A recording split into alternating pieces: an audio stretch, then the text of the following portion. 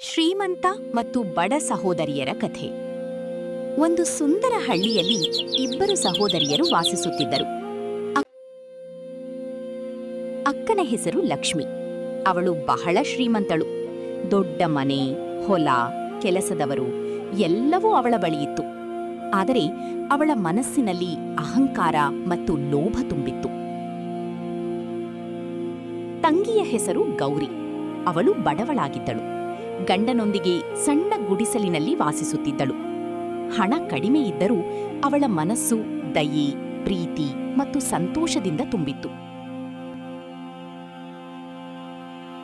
ಒಂದು ದಿನ ಗೌರಿಯ ಮನೆಯಲ್ಲಿ ತಿನ್ನಲು ಅನ್ನವೇ ಇರಲಿಲ್ಲ.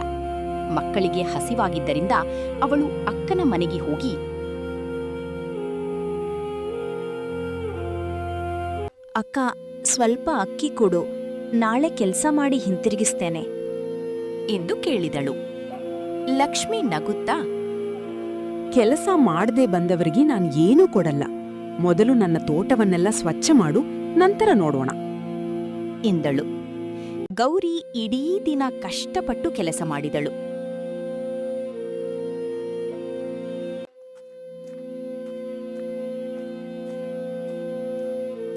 ಸಂಜೆ ಬಂದಾಗ ಲಕ್ಷ್ಮಿ ಕೇವಲ ಒಂದು ಮುಷ್ಟಿ ಅಕ್ಕಿಯನ್ನು ಕೊಟ್ಟು, ಇಷ್ಟೇ ಸಾಕು ಎಂದು ಕಳುಹಿಸಿದಳು. ದುಃಖದಿಂದ ಮನೆಗೆ ಬರುತ್ತಿದ್ದಾಗ ದಾರಿಯಲ್ಲಿ ಒಬ್ಬ ವೃದ್ಧೆ ಹಸಿವಿನಿಂದ ಕುಳಿತಿದ್ದಳು. ಗೌರಿಯ ಬಳಿ ಇದ್ದ ಒಂದೇ ಮುಷ್ಟಿ ಅಕ್ಕಿಯನ್ನು ಅವಳಿಗೆ ಕೊಟ್ಟಳು.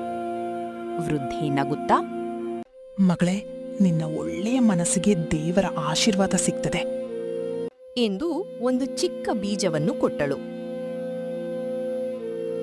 ಗೌರಿ ಅದನ್ನು ಮನೆಯ ಮುಂದೆ ನೆಟ್ಟಳು. ಕೆಲವೇ ದಿನಗಳಲ್ಲಿ ಅದೊಂದು ಅದ್ಭುತ ಮರವಾಗಿ ಬೆಳೆದಿತು. ಪ್ರತಿದಿನ ಅದರ ಮೇಲೆ ಚಿನ್ನದ ಹಣ್ಣುಗಳು ಬೆಳೆಯತೊಡಗಿದವು.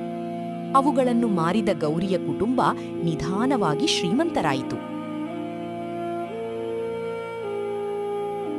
ಆದರೂ ಅವಳು ತನ್ನ ವಿನಯವನ್ನು ಬಿಟ್ಟಿರಲಿಲ್ಲ.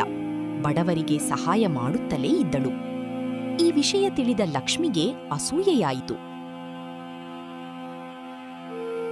ಅವಳು ಕೂಡ ಅದೇ ವೃದ್ಧೆಯನ್ನು ಹುಡುಕಿ ಬೀಜವನ್ನು ಪಡೆದುಕೊಂಡಳು. ಆದರೆ ಅವಳು ಬೀಜವನ್ನು ನೆಡುವ ಮೊದಲು, ಇದರಿಂದ ನನ್ಗಿನ್ನೂ ಹೆಚ್ಚು ಚಿನ್ನ ಸಿಗ್ಬೇಕು. ಅದರ ಮೇಲೆ ಚಿನ್ನದ ಹಣ್ಣುಗಳ ಬದಲು ಮುಳ್ಳುಗಳು ಮತ್ತು ಕಹಿ ಹಣ್ಣುಗಳು ಬಂದವು.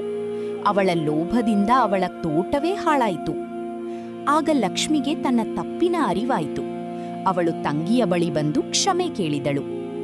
ಗೌರಿ ನಗುತ್ತಾ, ಸಂಪತ್ತು ಹಣದಲ್ಲಲ್ಲ ಅಕ್ಕ, ಒಳ್ಳೆಯ ಮನಸ್ಸಿನಲ್ಲಿದೆ ಎಂದು ಹೇಳಿದಳು. ಆ ದಿನದಿಂದ ಇಬ್ಬರೂ ಪ್ರೀತಿಯಿಂದ ಬದುಕಿದರು. ಲಕ್ಷ್ಮಿಯು ಬಡವರಿಗೆ ಸಹಾಯ ಮಾಡಲು ಆರಂಭಿಸಿದಳು. ನೀತಿ: ದಯೆ, ವಿನಯ ಮತ್ತು ಒಳ್ಳೆಯ ಮನಸ್ಸು ನಿಜವಾದ ಸಂಪತ್ತು. ಲೋಭ ಮತ್ತು ಅಹಂಕಾರ ಯಾವಾಗಲೂ ನಷ್ಟವನ್ನೇ ತರುತ್ತವೆ.